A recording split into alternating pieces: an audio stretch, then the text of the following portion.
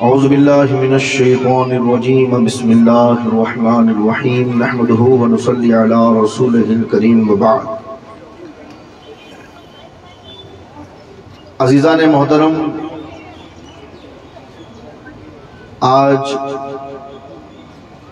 यौम आज़ादी के इस मौके पर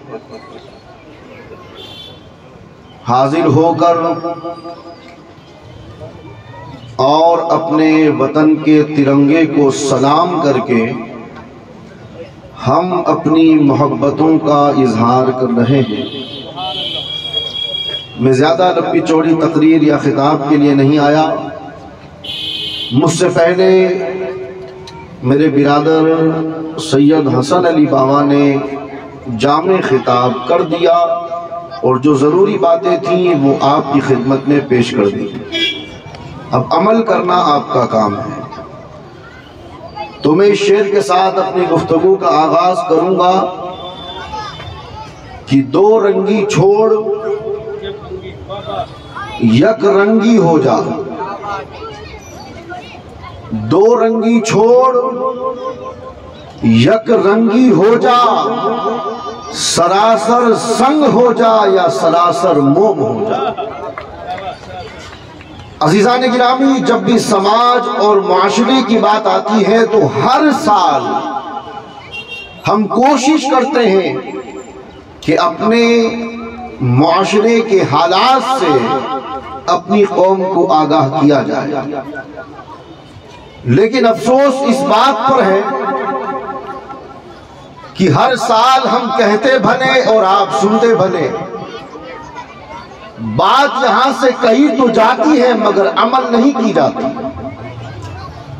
यहां से आपके जज्बात को भी बेदार किया जाता है, आपके ज़मीर को भी बेदार किया जाता है। लेकिन अफसोस कि न आप बेदार होते हैं न आपका ज़मीर बेदार होता है। और याद रखो, ये अशराए मुहर्रम है। हर रात हमारी खानकाह में महफिल होती है, हुसैनियत के नारे लगते हैं, लब्बैक या हुसैन, नारे तकबीर और रिसालत हॉल में गूंजने लगती है। मगर दोस्तान मोहतरम, ये बात बेज़मीरों के लिए कह रहा हूं कि गुरु नानक ने एक मर्तबा अपने चाहने वाले से कहा था किसी बात पर कि तुम हुसैन का जिक्र किया करो। उसने कहा था कि हम हुसैन का जिक्र क्यों करें, वो तो मुसलमान हैं। तो बाबा गुरु नानक ने कहा कि तुम मुझे अपना गुरु मानते हो या नहीं।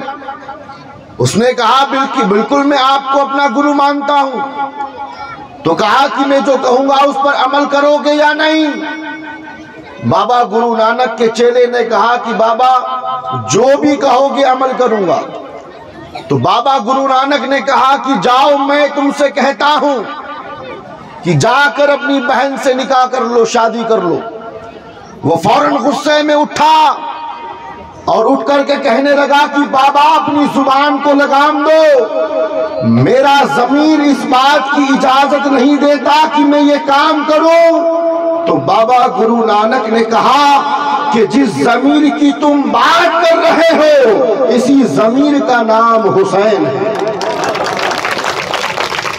मालूम ये हुआ कि हुसैन ज़मीर वालों के लिए है और ज़मीर वालों के हैं।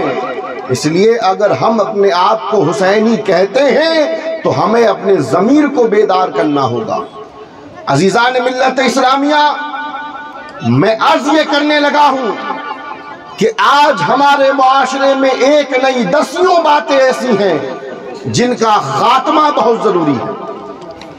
लेकिन अफसोस की बात तो यह है कि हम उस चीज के लिए बेदार नहीं, हम उस चीज के लिए तैयार नहीं। काम शुरू बाद में होता है, मुखालिफत पहले शुरू हो जाती है। और दोस्ताने मोहतरम, यही वजह भी है हमारी बुज़दिली की कि हम आपस में ही मुत्तहिद नहीं हैं।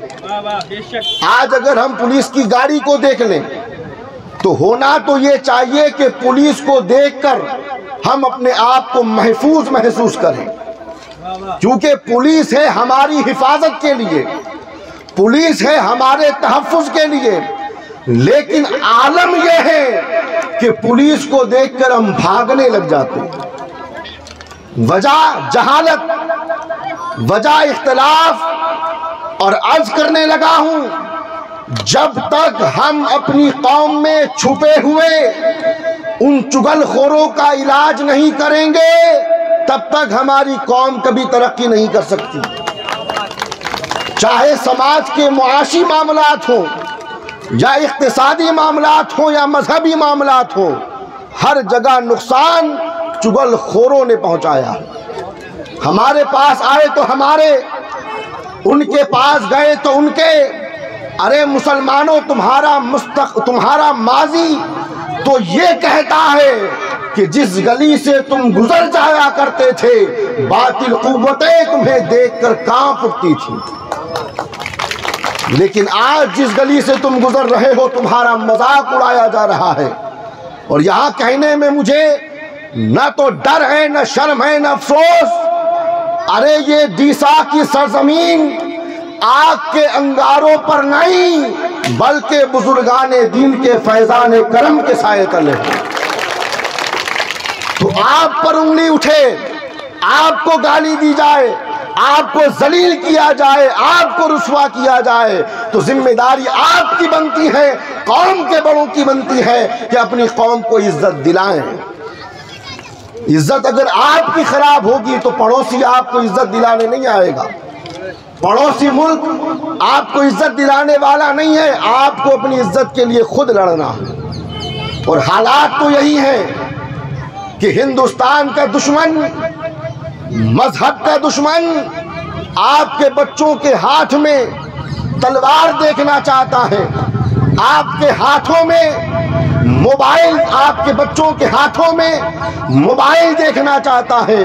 लेकिन ये जिम्मा आपका है कि आप अपने बच्चों के हाथों में कलम दें, आप अपने बच्चों के हाथों में किताबें दें।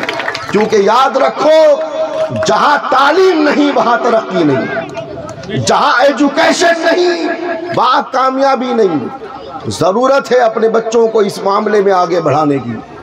और आज बज़्म असगरी ये जो कुछ कर रही है, मैं अपनों से भी और बेगानों से भी कहना चाहूँगा कि अल्हम्दुलिल्लाह बज़्म असगरी की तमाम खिदमात में अल्लाह की रज़ा शामिल है।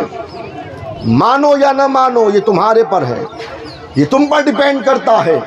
लेकिन अल्लाह गवाह है इस बात का कि ये बज़्म असगरी और ये परिवार, ये टीम जो काम कर रही है, इस काम में इखलास है और अल्लाह की रज़ा है। अगर एक कदम हमने बढ़ाया है तो अगला कदम बढ़ाने की जिम्मेदारी आपकी है। अगर एक कदम बज़्म असगरी बढ़ा रही है तो अगला कदम आपका होना चाहिए। आपको आकर कहना चाहिए, हजरत शुरुआत आपने कर दी है, चलाने की जिम्मेदारी हमारी है। जब ये जज्बा अपनी कौम के लिए और अपने कौम के बच्चों के लिए पैदा होगा, तब कहीं आने वाले 8-10 सालों में हम इज्जत पा सकते हैं और हमें इज्जत मिल सकती है। तो दोस्तों, ज़रा बेदार हो जाओ अपनी कौम के लिए, अपने बच्चों के लिए, ताकि आने वाले वक्त में तुम्हें नीचे न देखना पड़े, बल्कि तुम सर उठा करके चलो। अज़ीज़ान मोहतरम, आज इस यौम आज़ादी के मौके पर हमने और आपने अपने वतन के परचम को सलामी देकर अपनी मोहब्बतों का इजहार किया।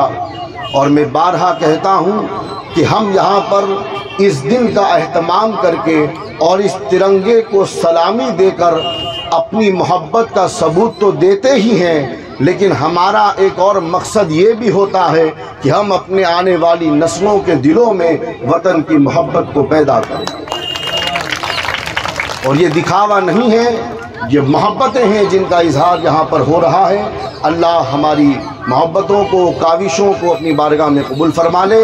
अस्सलामु अलैकुम व रहमतुल्लाहि व बरकातहू।